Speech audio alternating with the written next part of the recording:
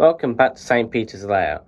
Today we take a look at Dapol's Class 68 in Transpennine Express livery and Direct Rail Services livery. So let's get right into it. So starting off with the Transpennine Express livery, I generally think this is one of the most smartest liveries I've seen so far. It's definitely not boring, and showing it in true detail by Dapols. Fantastic work of detail put into these locos is absolutely amazing. These locos are really one of the best ready to run modern diesel locos you can get on the market. This is 68023 Achilles in Transpennine Express. These 68s run up north. They go from Liverpool, Lime Street, Scarborough, York, and many more places with Transpennine Mark 5As. And honestly, I really can't wait to have a nice set of them Mark 5As by Acroscale behind the 68. The amount of detail they can really put into a loco, I mean, it's just outstanding. It's really, really stunning. I mean, if you come down here with the fuel tanks, all the warning labels are there. Nice Transpennine Express livery. Well, the logo crisply applied. And there's just so much on these locos. A first company, and the other end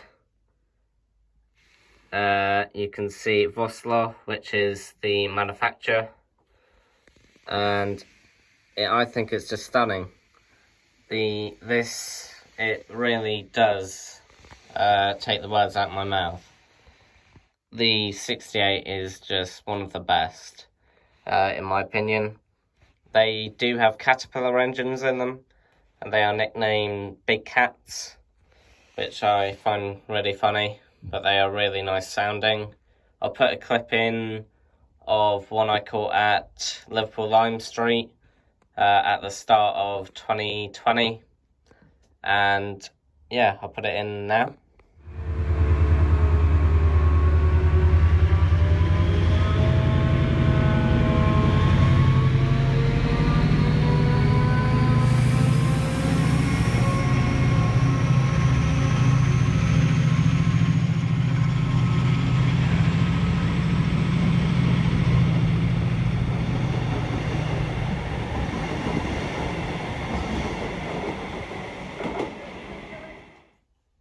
Now, the lighting functions on the 68 really are good. It's very independent.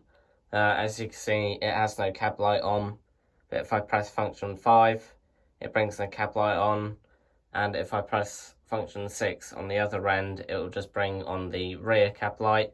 At the minute, I've got the halo lamps and the normal running lights on. So if I take off the running lights, it only leaves you with the halo lights, and those are independent as well, so I could turn those off and only have the running lights on. And if I press function, I think it is 1, which will bring up the tail lights on this end, but nothing is on the other end. The only issue is, for me, function 2 on the coupling end is the tail lights, and I can't keep them on because function 2 on the Gauge Master controller isn't a switch, it's more or less a push button. You got to hold it to do the function, and then if you let go, it'll go off. I don't know whether I can program the 68 not to count it as a push button. But yeah, that's the only issue, and I think it's down to the controller that I'm using. But yeah, it's got independent lighting controls. As you can see, I've got my little sheet here. Cab lights, halo, reds, and directional. And which means if function 2 was a switch, I could have this 68 in park mode, which would have both red tail lights on both ends. So taking a look at the other side, yet again, still very fresh. 680G3 there with the loco information board just under the number, and it really is one of the best liveries in my opinion. It's definitely not a boring livery. See all the warning panels, warning signs. I mean, look at that. It's got every warning sign possible on it. And down to the front without the coupling. Now the one issue I'd say with the 68, which isn't really big, I mean you do have to, you can probably see that I did cut the coupling because it was hanging a bit too low. So when it went over the point, using the front end without the coupling on, that this would flick up over a point, but that's easily sorted by just cutting the under part out, or the bit that hangs down too low. But either then, it's still good. And yet again, true detail by Dapol. I'd say there is a couple of, I've only seen 3 or 2 paint issues, but it's so tiny you won't be able to notice it unless you really do look for it. Plus it'll be running on the layout anyway. It won't be standing still most of the time. But yeah, it's one of the smartest liveries yet again. So that's the Transpennine Express livery. I do get the other one, which is 68032 Destroyer, on Monday, and I won't be doing a review on that. It's just the same livery, but different name and number, of course. So let's move on to the Direct Rail Services 68. So now taking a look at the Direct Rail Services 68 in the stunning Compass livery. Same amount of detail by Dapol, which is stunning, which is 68008 Avenger in Compass livery, Direct Rail Services. See the amount of detail. I mean, you can even read what's on the map on the Compass.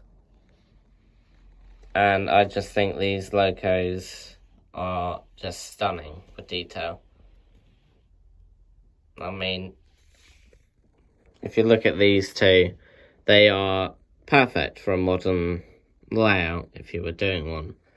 And of course, I know the Transpennine Express one doesn't run in the southwest, but neither does the Direct Rail Services one. But don't forget, it's Rule 1, it's your railway, you can do what you want, run what you like. And to be honest, the Transpennine one is leased by Direct Rail Services, and Direct Rail Services is leased by another company. And yeah, the detail on these locos are absolutely amazing. You can tell the difference between having the yellow flashes on the ends. Personally, I like the yellow flashes, but I really do like the 68 without them as well. As you see, I think the switches inside to control the lighting are different, or set up different compared to the Transpennine one, because I think they're both the same chip. But on this one, I don't have any independent control on the lights, except for the halos. But yeah, you see the cab lights on, and I can't turn that off without turning the whole headlights off. So let's take a look at the other side. So this is the other side. and same amount of detail. Really, truly amazing work that Dapol really do put in. No bad quality control issues, only a couple of like paint marks or, you know, mess ups, but it's really hard to notice. Sorry, there's a plane going over right now, but the matte detail, I mean, you can see the compressor beyond that first grill. I mean, it really does show how much work they really do put in. So, let's get these two running. The Transpennine one is going to go up mainline, and the direct rail services is going to go down mainline. So let's get these 68s running.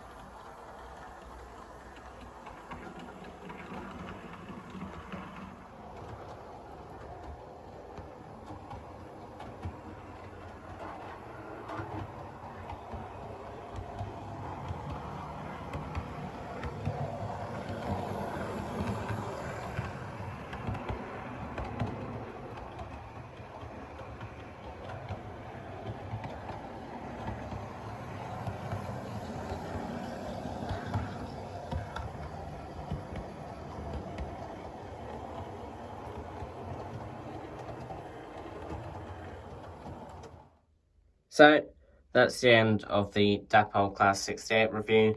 I really hope you enjoyed it, and if you did, leave a like, and if you're not subscribed, then please feel free to subscribe. Got tons of work to do on the layout still, and of course I can still do more reviews.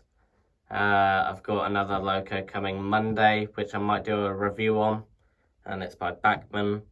And yeah, I hope you enjoyed this. So stay safe, guys, and take care. Goodbye.